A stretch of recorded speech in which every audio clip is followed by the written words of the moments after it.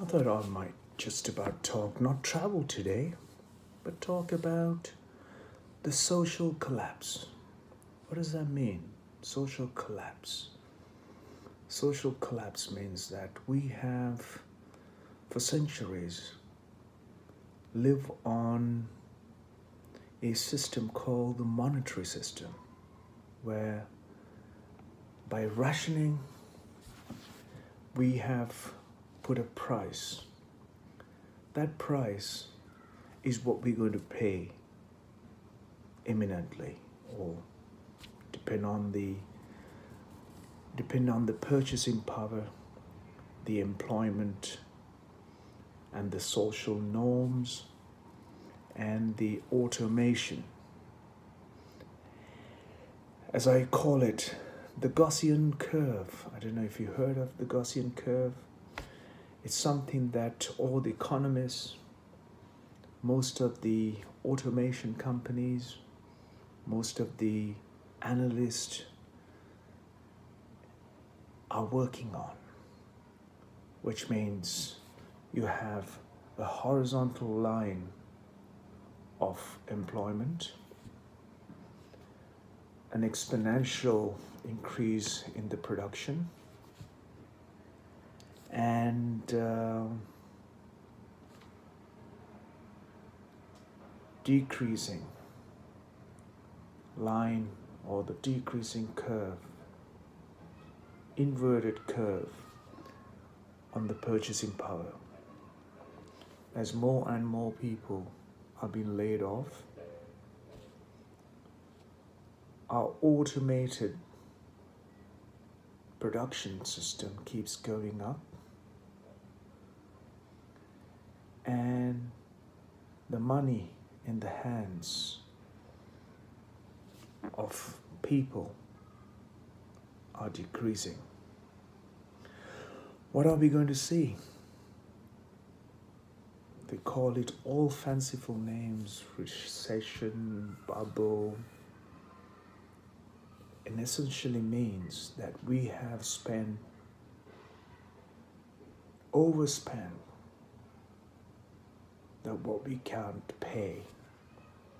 We borrowed from banks, we borrowed and borrowed and borrowed and borrowed. Now we can't pay because we are not employed. Or even if we are employed, our salaries have gone down after this health crisis. So what could have happened in 5 or 10 years from now is already happening across the world.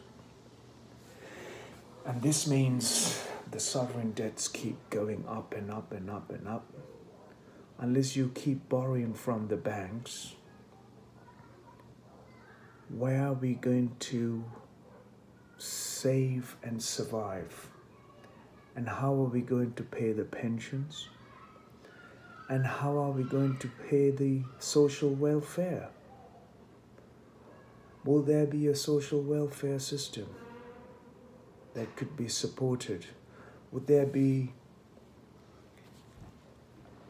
a communal maintenance, a social maintenance? Because does the governments and local governments and counties and all of these bodies that have been set up, can they manage to pay whilst the population is sitting at home without a job, getting paid? Or even if they got paid, their salaries are being cut half or up to 60, 70, 80%. And most of them are going back to the government, asking for benefit, and so on and so forth. So I'm going to leave you with this thought on this afternoon, on a Friday afternoon. Our economy is set up in such a way that only when we spend that we revive the economy. The words that came out, not from me, came up from the Prime Minister, asking you to go out and be liberated from the lockdown and spend, he said. Today, the retailers are not going to open shops. They're laying off people. More of the retail shops have moved on to e-commerce. Just think about it, folks. I'm explaining things in a simple form. From travel to society to commerce to money to politics to religion. Since a child, I was curious as to how the life functions on this planet. So I went with learning absolutely nothing. By learning by seeing for myself, experiencing for myself. How does the life function in society across the world? And I have been speaking about looking at societal structures, looking at poverty, looking at struggle, pain, suffering, war, famine, hate, greed, politics, religion, ultimately money.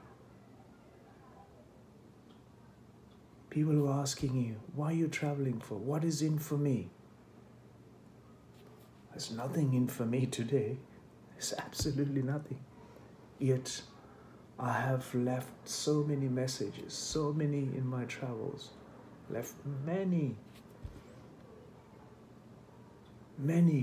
concerning video messages. Hardly anybody is interested.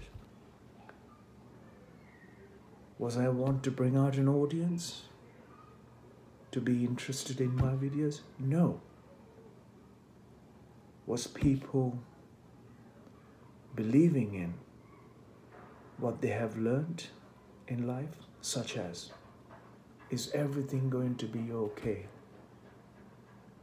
This is how you've been educated. Not relating your life to the conditions and situations that are ever so evolving and changing, to understand how society, politics, life, and existence function. On a free enterprise monetary system, one way or the other, the very few are going to be extremely powerful and rich.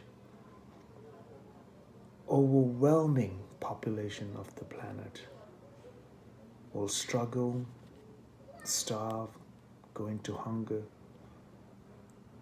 and immense suffering, and immense struggle and pain to sustain life going forward. And it is sad, especially when you have children, if they're brought up in this system, in this educational system, what we are going to leave for them is all of our making, which sadly I don't want to do. And I spent 52 years of my life simply continuing to do what I see as unjust system that we have created, and we are all trying to look for justice and just system. In an unjust system, it cannot work. I hope people understand and rise to the challenges that are facing us today and make the change by being involved and doing what is needed.